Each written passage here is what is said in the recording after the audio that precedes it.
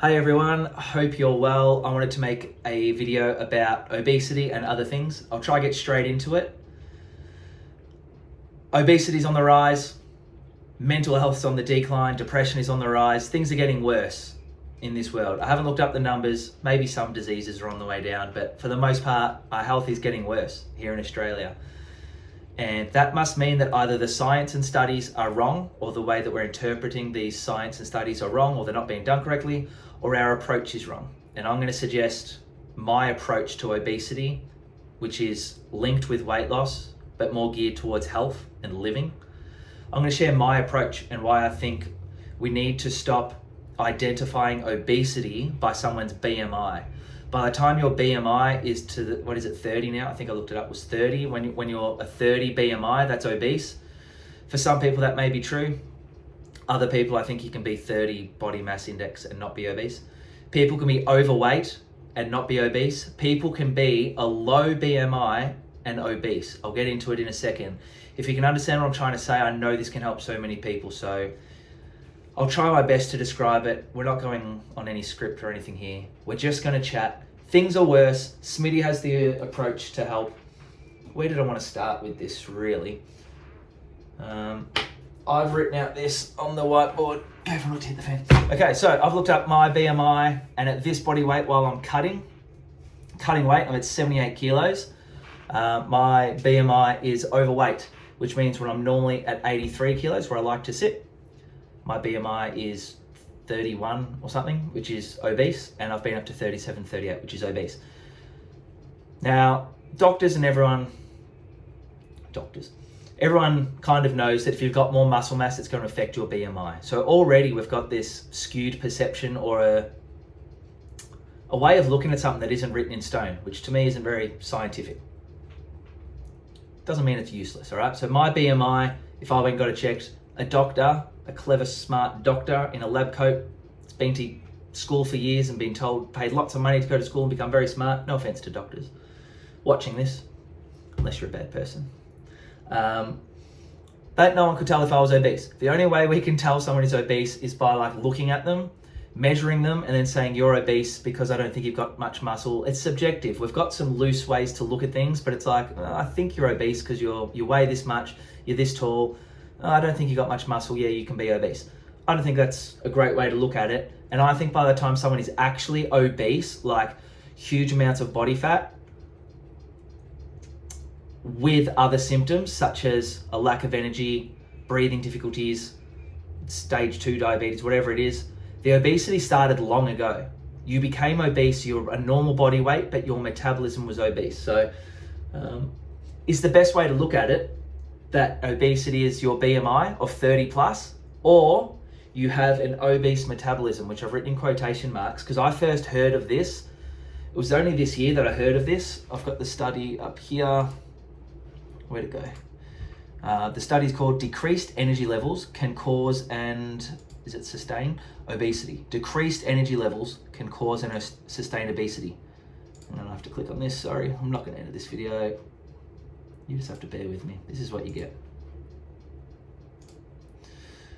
Oh my God. All right. I get these pop-ups on my screen that I can't get rid of. So I heard of this term, obese metabolism. What's an obese metabolism, you ask? Thus, although overeating and sedentary lifestyle are the factors which allow accumulation of fat, I'm going to read that again. Although overeating and a sedentary lifestyle are the factors which allow accumulation of fat, they do not have to be the reason for obesity. They may be a result of an already disturbed obese metabolism, which is forcing people to overeat and preserve energy. Guys, if we can look at it, I'm gonna get angry.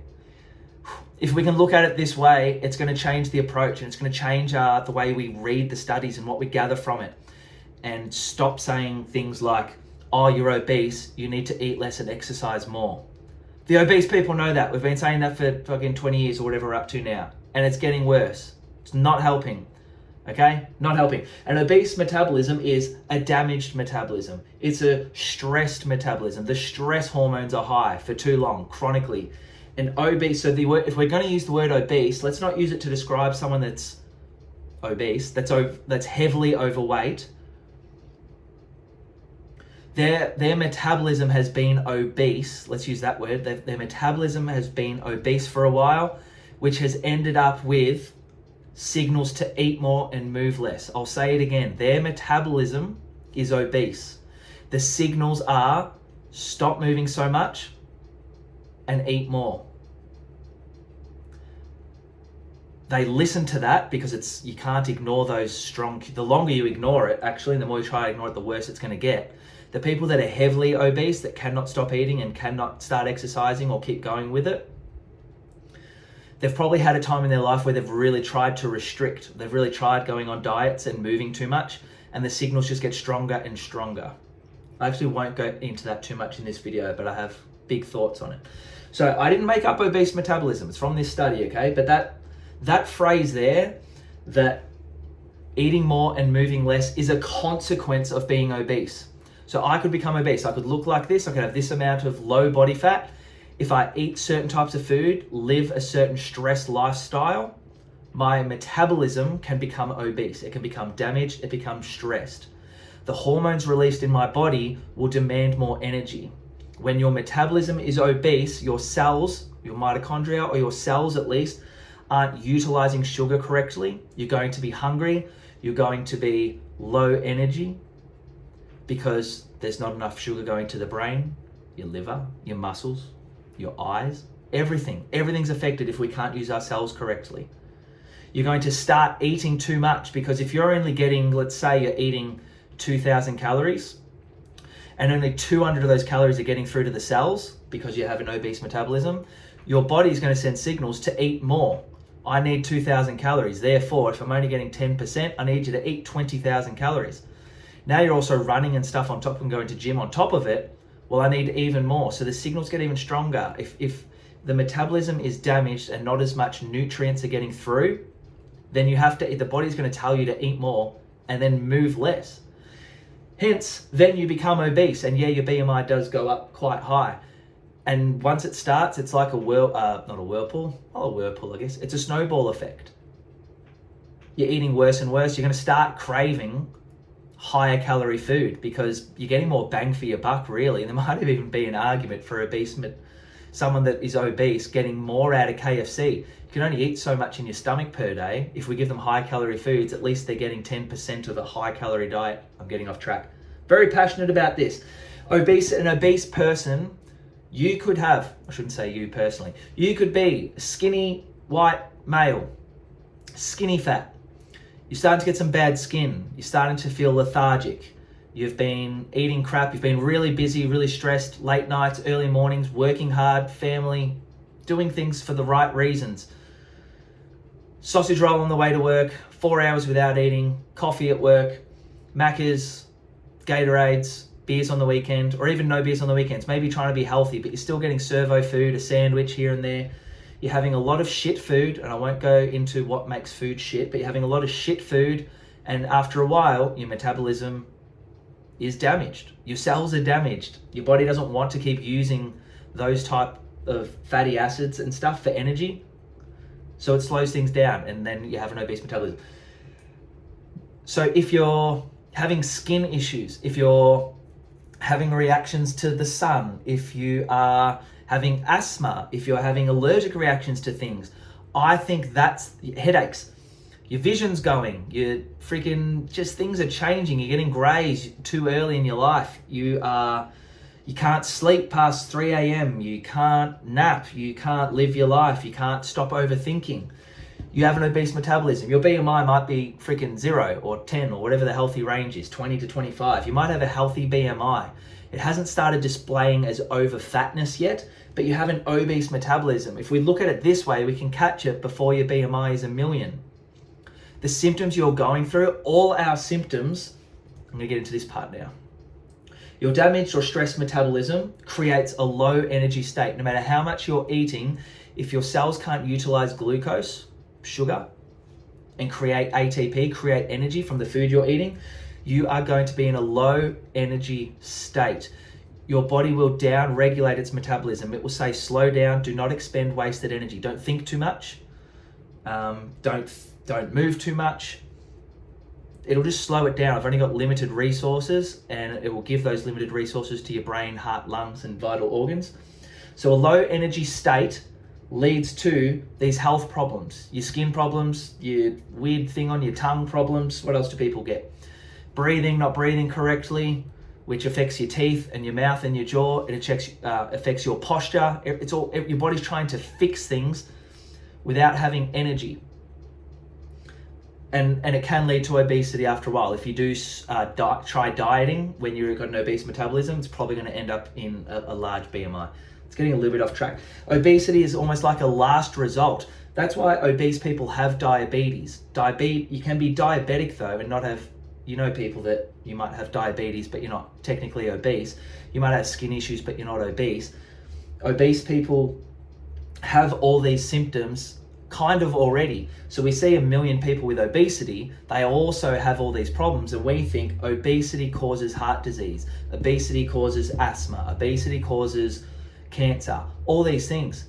No, it doesn't, guys. It's associated with it, it's correlated with it, but there's people out there that aren't obese that have those things. So how do you explain that? Our approach must be wrong. Sorry for yelling.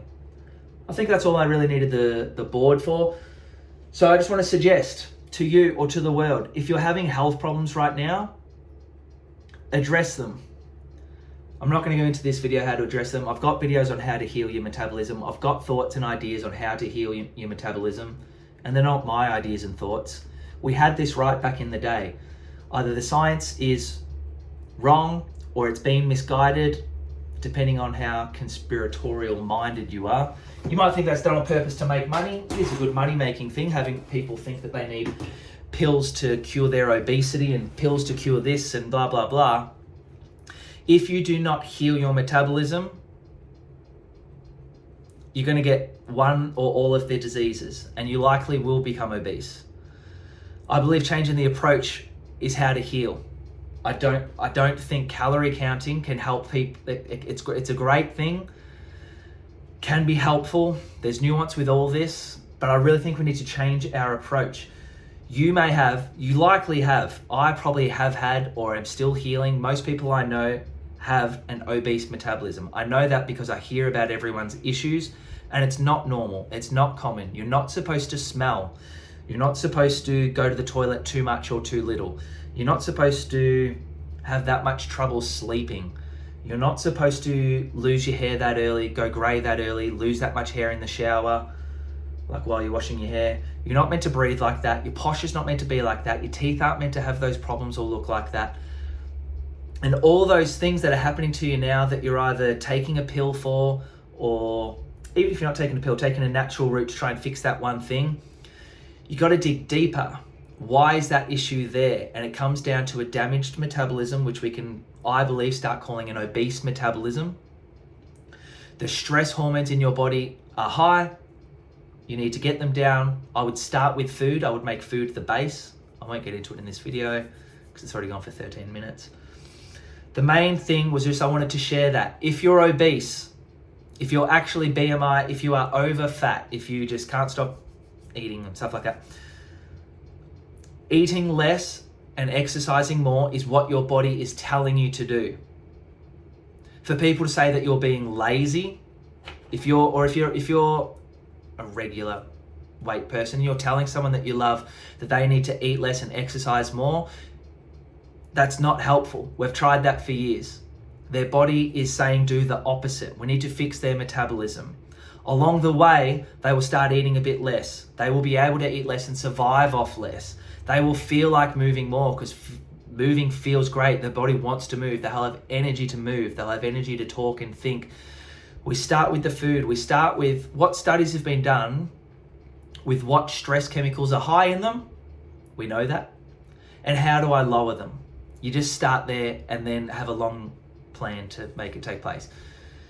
Simple, easier said than done. I just wanted to share that video with you guys. I hope it helps. I hope I didn't ramble too much. I like going off the cuff with these videos, and I'm just hoping that what I'm trying to share comes across without wording it specifically.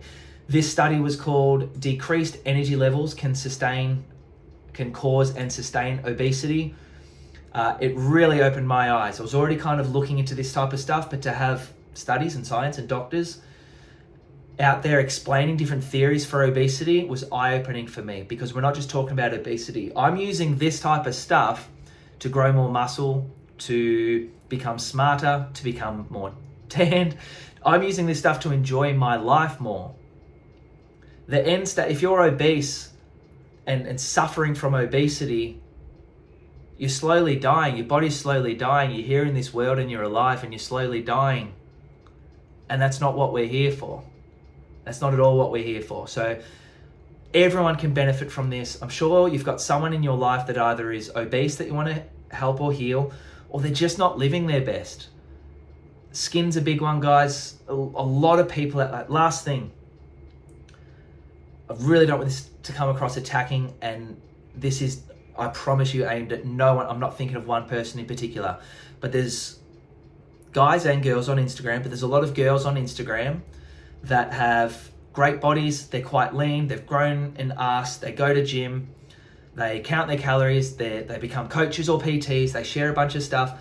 And then every 6 months, I'll see one of these girls put up I just want to be real with you guys kind of post, which is great. And they'll share like something about their skin and how terrible their skin is. They put up a photo without makeup. Must be really hard for them to do. So this isn't attacking at all. And their skin is terrible and they've been suffering acne for God knows how long. And these girls are health coaches or PTs sharing about calorie counting and how they've maintained their body and a leanish physique through calorie counting, but they're obese. Looking at it this way, pointing to the whiteboard, if we look at it my way, just because you're not a heavy BMI yet, these girls, and I'm sure there's guys out there doing it as well, and maybe I've done it in the past, these guys and girls are obese. They're hiding it with makeup. That's why I'm picking on girls, because they can hide it a bit easier, I think. You're obese. You have an obese metabolism. Your body's screaming for help, and you're maintaining your lean body weight by calorie counting. That's great. You're not healing your metabolism. And once you break a bone in your body or go away on a holiday off track, these girls or guys, once they're away from their plan for a little while and their body lets up, they will eat and they will become obese because they're already obese. So we're listening to people that are lean as if leanness equals knowledge and health. Says me with my shirt off. I need to shut up. I'll make a separate video going into deeper things. Let me know if you found this helpful at all. If you want to chat about it, send me a message, give me a call. Coaching starting in, I'm saying January 2025, but we might push it out to February because January's too busy. So coaching 2025 for health. Leanness and not being obese is a part of it, but we're coaching for health now.